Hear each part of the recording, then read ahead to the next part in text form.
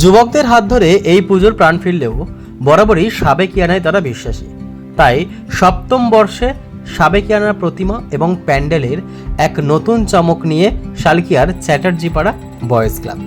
পুজোর দিন মায়ের মালা পরানো থেকে শুরু করে মণ্ডপ সজ্জা থেকে শুরু করে পুরোহিতের সঙ্গে থেকে পুজোর সমস্ত মুহূর্ত সাক্ষী থাকলো তারা। উমার গমনের পর শ্যামার আগমন, তবে দিকে দিকে উন্মাদনা শ্যামা পুজো নিয়ে, তেমন ঠিক শালকিয়া চ্যাটার্জিপাড়া বয়েজ তাদের এই সপ্তমতম বর্ষের পুজো, তবে ইয়াং জেনারেশন এই পুজোটা আবারও শুরু করেছে। তাদের থেকে জানবো পুজোটা ঠিক কিভাবে তাদের কাটে, এবং ওই যে কালী পুজো মানে একটা ওই পাড়ার একটা নস্টালজিয়া ব্যাপার, তাদের পুজোতে গেলে ফিল করবেন। আমি প্রথমে যাবো জিজ্ঞেস করবো তাদের এই এবছরের পুজো ঠিক কি কেমন। চ্যাটার্জিপাড়া বয়েজ ক্লাব 2019 থেকে আমরা চালু করি। মহামায়ার কৃপায় আমাদের চ্যাটার্জিপাড়া বয়েজ ক্লাব সপ্তমতম বর্ষে পদার্পণ করলো। তো আমাদের বন্ধু বান্ধব, এটাই আমাদের ভালোবাসা। চ্যাটার্জিপাড়া বয়েজ ক্লাব এরমভাবেই এগিয়ে যাবে, সেটা ছোট থেকে হোক কি বড়, যে কোনোভাবে চ্যাটার্জিপাড়া বয়েজ ক্লাব ঝড় ঝাপটাকে সঙ্গে রেখে তাদেরকে ভালোবাসাকে, বড়দেরকে শ্রদ্ধা করে সবাইকে নিয়ে চ্যাটার্জিপাড়া বয়েজ ক্লাব এগিয়ে যাবে। এই যে পুজো মানে একটা নস্টালজিয়া, এবং এখন পুজো এখন ট্রেন্ড হয়েছে, ঠিক আছে, সেই জায়গা থেকে এই যে পাড়ার পুজোর একটা আলাদা ফিলিংস থাকে, নস্টালজিয়া থাকে। ঠিক তো, তোমাদের পুজো ঠিক কেমন কাটে?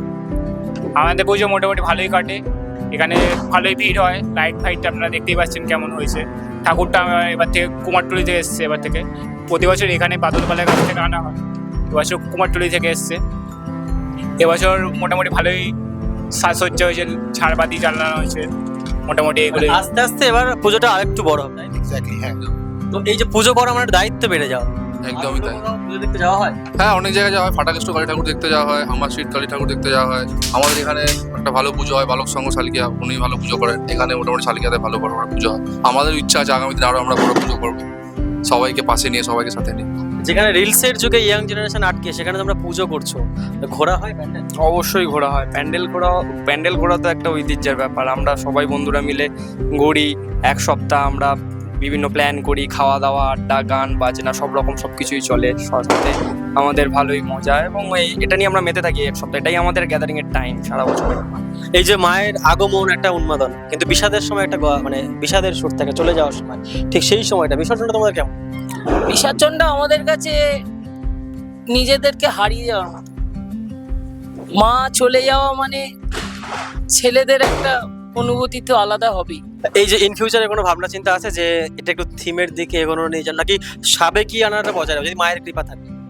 দেখুন, এটা আমাদের সপ্তম বর্ষ, আমাদের আগামী 3 বছর পর আমাদের 10ম বর্ষ হবে। তো ওইখানে আমাদের কিছু ফিউচারে ভালো প্ল্যান আছে, থিমের উপরেও যাওয়ার প্ল্যান আছে।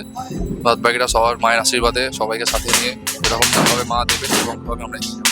Thank you so much. বুঝতে পারলেন, তাদের সঙ্গে কথা বললাম। এই যে পুজোর আসল রসদ হচ্ছে এই ইয়াং জেনারেশনটা, যারা এই পুজোটাকে ধরে রেখেছে, এবং এই যে পাড়ার পুজো, গলির পুজো মানে তাদের একটা এই কদিনের একটা অন্যরকম উন্মাদনা থাকে। এরকম খবরের জন্য আপনার চোখ থাকুক জনতার কণ্ঠের পর্দায়। ক্যামেরা সত্যদীপ সিং এর সাথে শানু দাসের রিপোর্ট, জনতার কণ্ঠ, চোখ রাখে খবরে।